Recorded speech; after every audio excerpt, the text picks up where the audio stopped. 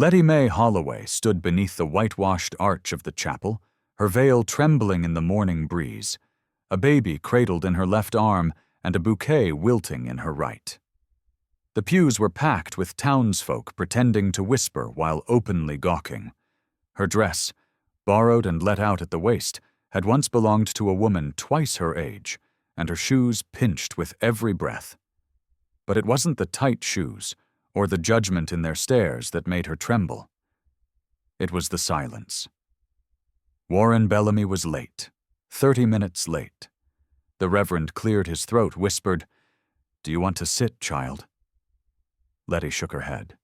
Silas stirred against her chest, cooing softly, oblivious to the tension clawing through the room. She looked to the double doors again, hoping for bootsteps, for an apology, for anything. But they remained shut. Not a dust trail in sight. Not a horse tethered outside. Warren was gone. She knew it now. Not sick, not delayed, not kidnapped. Gone. The whispers grew sharper. "I told you he'd never marry her." Carrying another man's baby, no less. Bellamy's father would have never allowed it. Letty's cheeks flushed crimson, but she didn't cry. She stepped down from the altar slowly, each footfall echoing through the judgmental hush like gunshots. The Reverend reached out to stop her, but she passed him. The doors creaked as she pushed them open, the sunlight blinding and cruel. Outside, the town square blurred before her eyes. She didn't run. She walked, each step heavy, Silas's weight anchoring her to the world that had just turned its back. As she crossed the dusty street, someone snorted. Another woman muttered, "Serves her right." The blacksmith's apprentice barked a laugh. Letty's vision swam, but her grip never loosened on her baby. She reached the water trough, bent as if to catch her breath, but her knees gave out. Her head spun, her arms tightened around Silas just as the sky tilted and she collapsed against the earth, her veil catching on a broken fence post.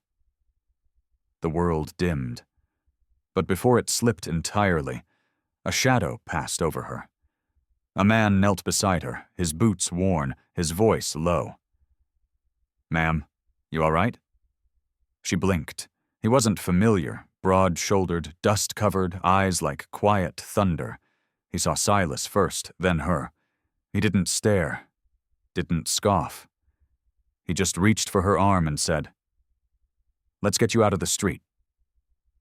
And for the first time that day, someone looked at her without shame. Letty came to on a hay-strewn cot inside the livery stable, the scent of horses and saddle oil wrapping around her like a blanket of grit and quiet. Silas was still in her arms, fussing softly, and when she shifted to sit up, a strong hand reached to steady her. "Easy now," the stranger said, his voice low and warm as campfire ash. He handed her a canteen. "You took a hard fall." She sipped, the water shaking on her lips. "You from town?" she asked, her throat raw. "No," he replied. "Just passing through." Colt Rennick. He tipped his hat once, then knelt to tend the small fire smoldering near the stable wall. "You've got a fever building. Baby's hungry too. Can you keep him close while I find milk?" Letty blinked.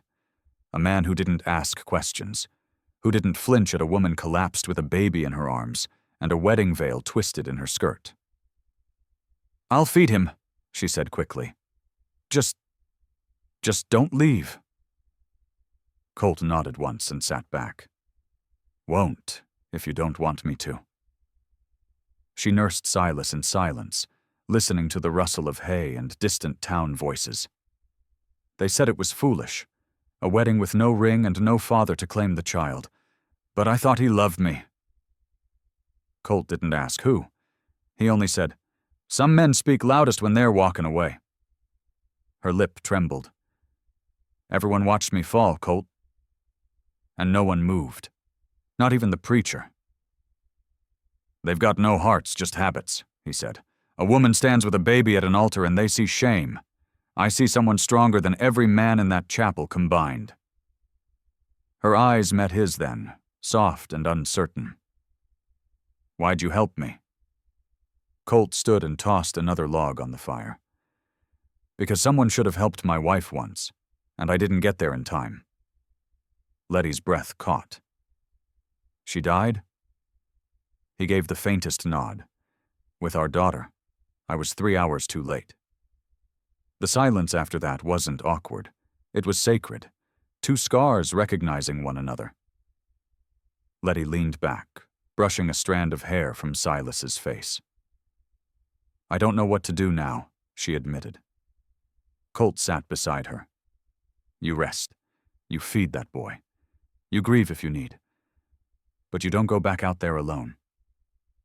She looked at him, unsure if she should trust kindness so freely given. "Why?" He met her gaze, steady and sure. "Because I remember what it looks like when the world gives up on someone, and I ain't letting it happen again." By morning, the town had already rewritten her story. The chapel whispers had turned into drawling tales of a runaway bride with a bastard baby who fainted in the street and was picked up by a drifter. Letty heard them all from the stable's back stall, where she sat feeding Silas while Colt boiled coffee over the fire. He didn't repeat the gossip. He didn't ask her to hide. But his silence was solid as stone. And when he finally spoke, it wasn't to comfort. It was to change everything.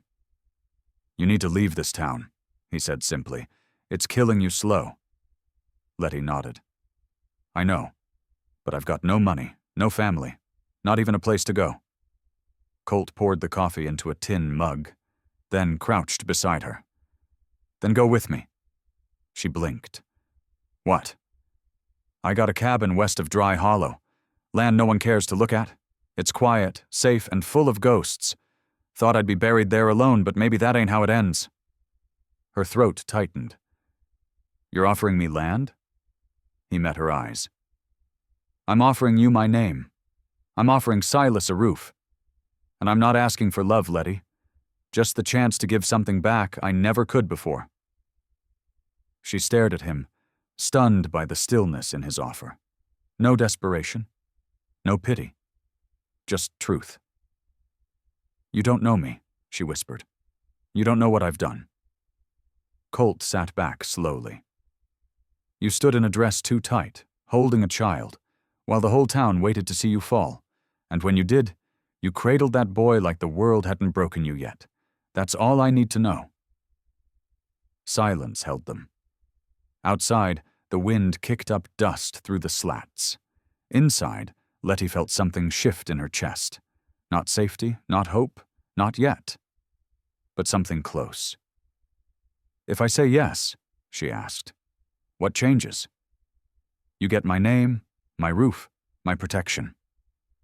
He paused, then added gently, "And no one takes you from me unless I stop breathing." She looked down at Silas, who gripped her thumb with tiny fingers like he already knew the answer. Her voice trembled. "I don't want to be rescued." "Then don't be," Colt said. "Be chosen."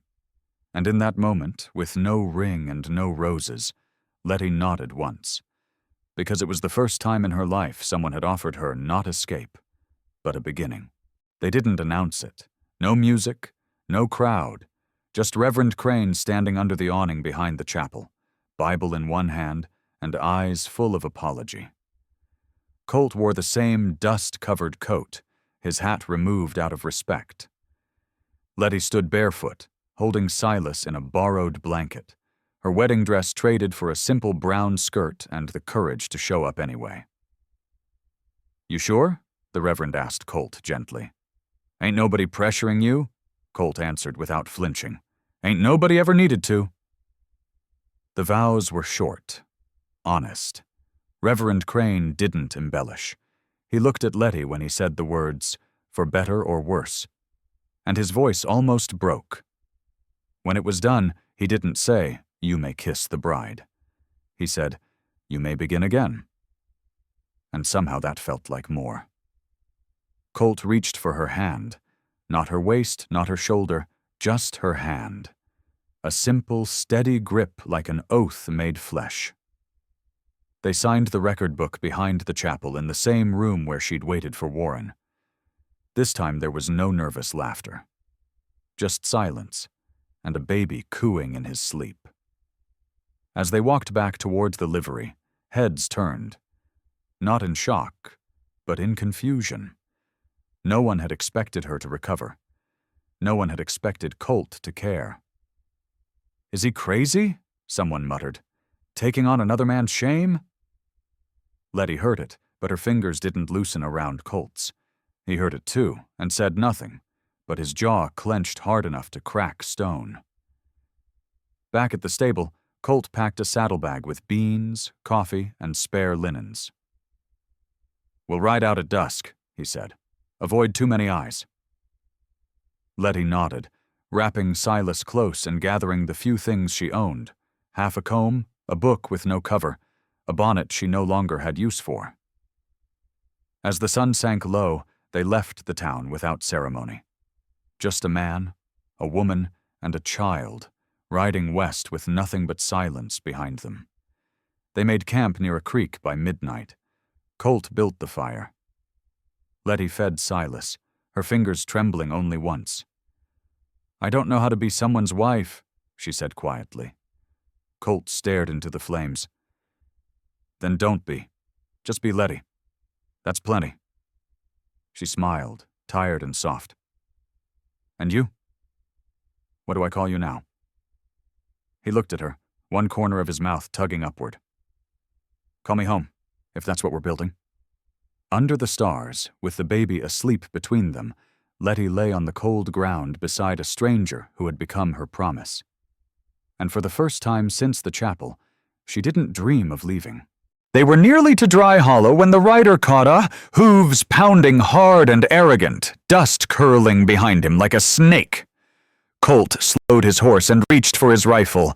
Eyes narrowing, Letty turned in the saddle. Silas bundled against her chest and felt her breath catch as Warren Bellamy reined in with a showman's grin and a polished coat unsuited for trail dust. "There you are," he said, as if she'd simply wandered off with the groceries. "Took some time to find you." Colt stepped between them before Letty could speak, his voice like dry thunder. "You're not welcome." Warren ignored him, his eyes locked on Letty like he still owned the right. "You married him?" he asked, a smirk curling. "After I left you at the altar?" Letty sat straighter. "You didn't leave. You ran." Warren chuckled. "Call it what you want, but I had to think long and hard before coming back. My father's furious, said I made the family look weak. But if you come home now, I'll fix it. He'll pay the preacher double." Colt's knuckles whitened. "You offering her like a trade mule?" Warren shrugged. "I made a mistake. She's got my son." "He's not yours," Colt cut in. "You gave up that right when you let her collapse in the street while you hid behind your father's title." Letty's voice didn't shake. "Silas is mine, and I'd rather raise him in a shack with a man who listens than in a mansion with a coward." Warren's eyes darkened. "Think you're safe because you've got some dirt-stained gunman beside you?" He reached into his coat. Colt raised his rifle before Warren could blink. "Try it," he said flatly. "But understand this, I've already buried more than you'll ever scare." Warren's hand froze. Letty stepped forward, no longer behind anyone. "You gave me shame and silence.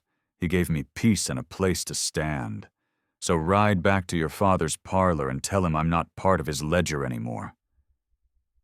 Warren looked at her like he was seeing someone else entirely.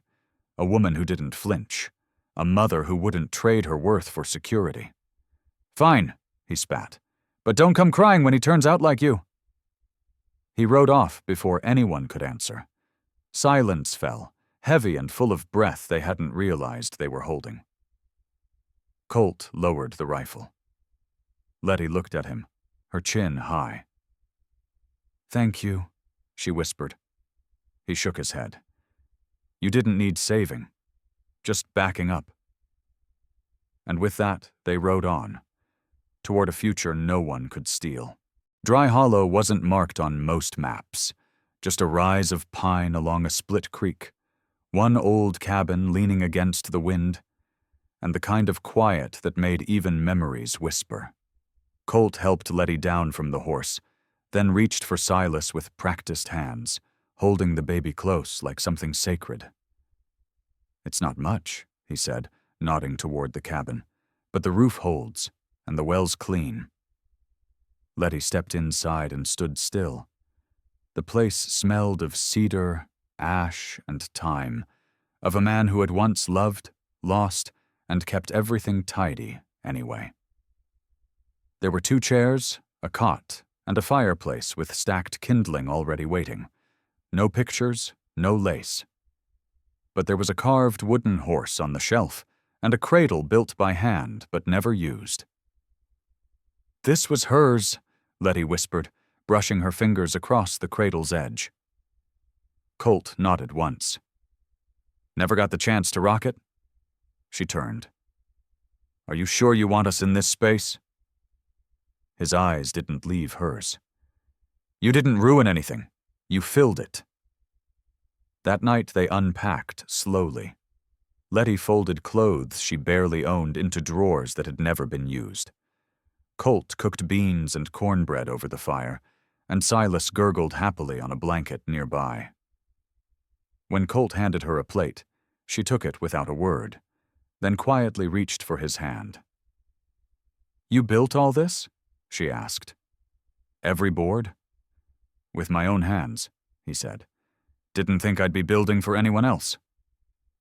She smiled softly. "You were. You just didn't know who yet."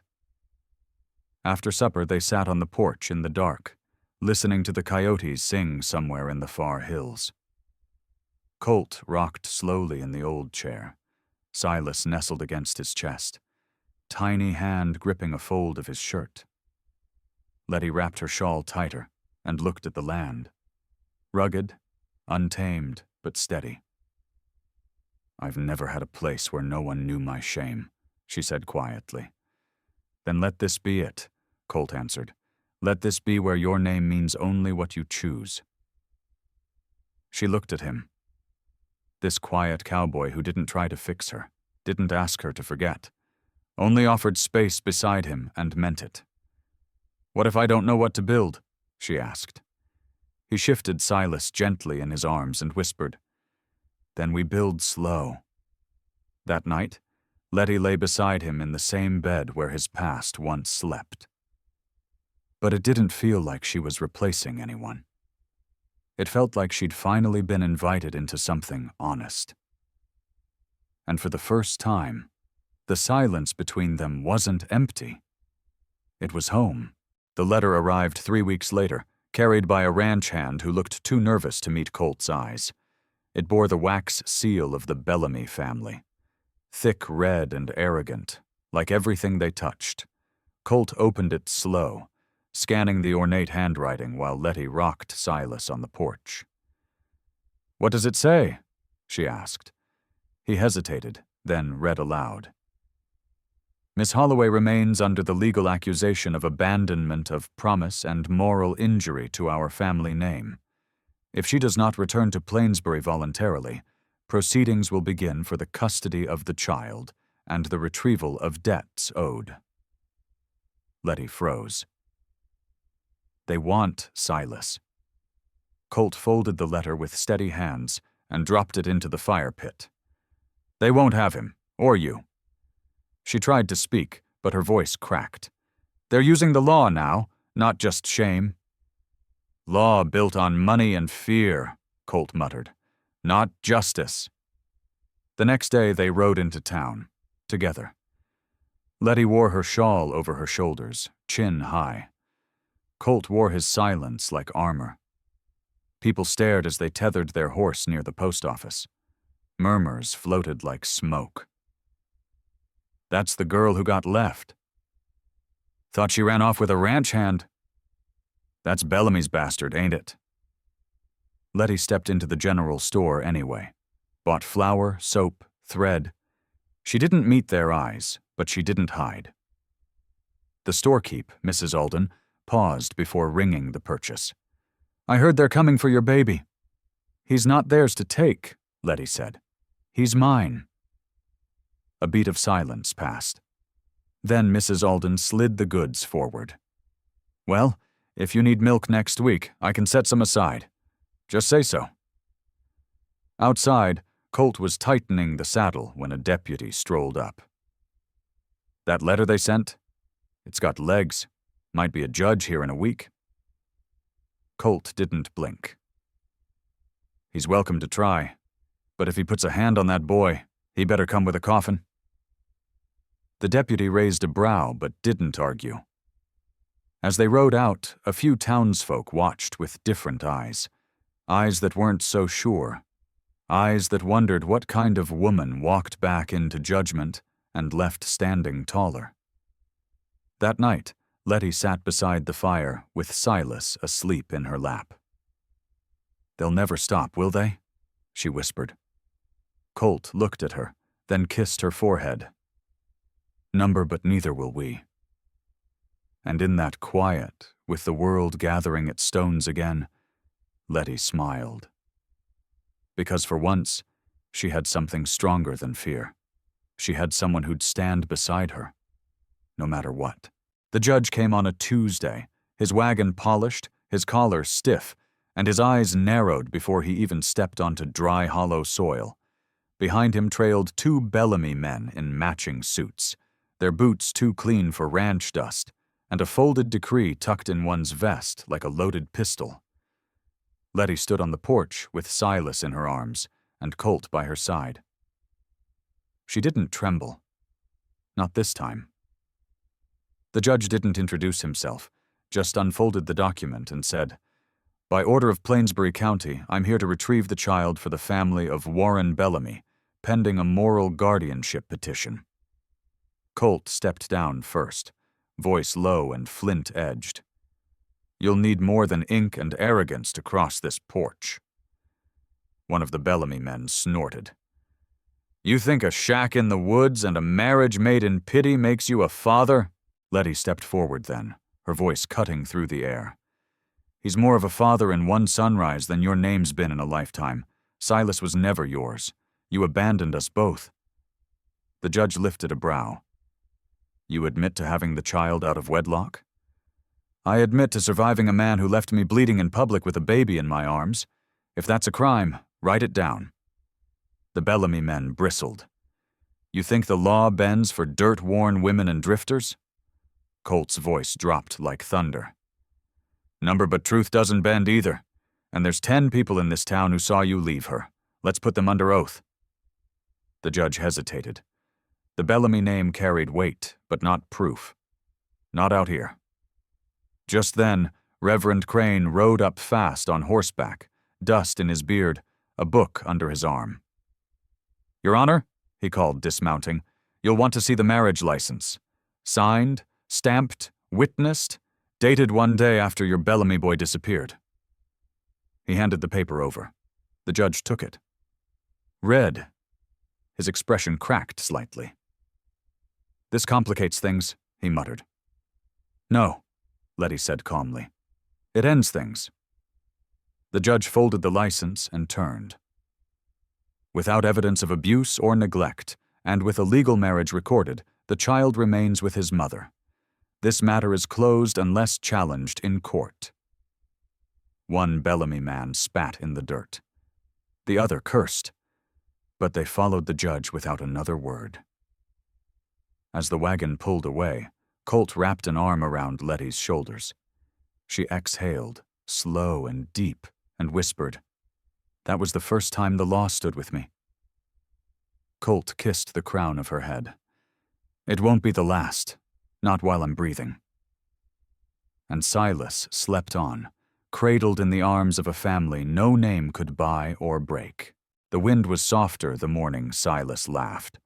Not a coo or a gurgle, but a real, round-bellied giggle that startled Letty so much she dropped the washcloth into the basin. She turned to see him sitting on Colt's knee, tiny fists waving, face tilted back toward the sky, mouth wide with delight. Colt blinked, frozen like he'd been caught mid-prayer. Then, slowly, he smiled. Not the polite, measured grin he gave strangers, or the quiet nods he used when words failed. This was full and rare, a smile that belonged to a man whose ribs had once forgotten how to lift without pain. "He's laughing," Letty whispered, wiping her hands and walking over barefoot. "At what?" Colt looked down, still stunned. "At nothing. At everything. I was just bouncing him a little." Silas squealed again, tiny lungs bursting with a sound neither of them had ever earned before. Letty knelt, kissed the baby's cheek, and then, unable to help it, began to cry. "It's the first time," she said, wiping at her eyes. "He's never—" "I know," Colt whispered. "I heard." She leaned into Colt's side, resting her head against his shoulder as Silas calmed, his tiny body warm against their joined arms. "Do you ever think," she began slowly, "that maybe we weren't meant to find each other, but that we needed to?" Colt's voice was low. "Every day." Afterward, Letty baked cornbread for the first time in weeks. She hummed as she stirred, apron tied loose, sun in her hair. Outside, Colt mended a fence with one eye on the horizon and the other on the porch, where Silas napped in a wooden cradle finally used. When the evening came, neighbors started to arrive. Quietly, respectfully. Mrs. Alden brought milk and dried apples. The postmaster's wife brought a patched quilt. Even the blacksmith sent word he'd shoe Colt's horse for free next month. "They're watching," Letty said that night as the last gift was set by the door. "But they're not mocking anymore." Colt lit the lantern. "Because they saw what we are, not what we were told to be." Letty sat on the edge of the bed and touched the tiny booties someone had knit for Silas. "They don't laugh when he does," she said, "and that's a start." Colt joined her, his hand covering hers. "We started something when we didn't give up." "When you said I do," she added softly. "When I meant it," Colt replied.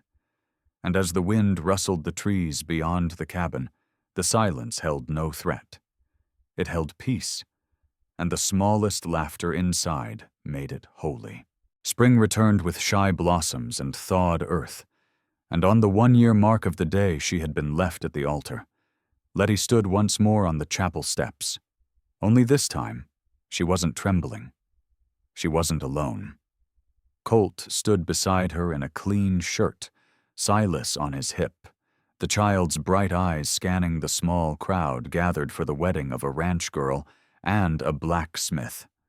Reverend Crane called out, "All are welcome who come with kindness." And this time the townsfolk didn't stare at Letty with whispers. They nodded when she passed, some even smiling. She wasn't the story of shame anymore. She was the woman who survived it. After the ceremony, as music from a fiddle played low, Letty wandered to the edge of the wooden platform, where Colt stood gazing out at the prairie. "You remembering her?" she asked gently, brushing her hand along his back.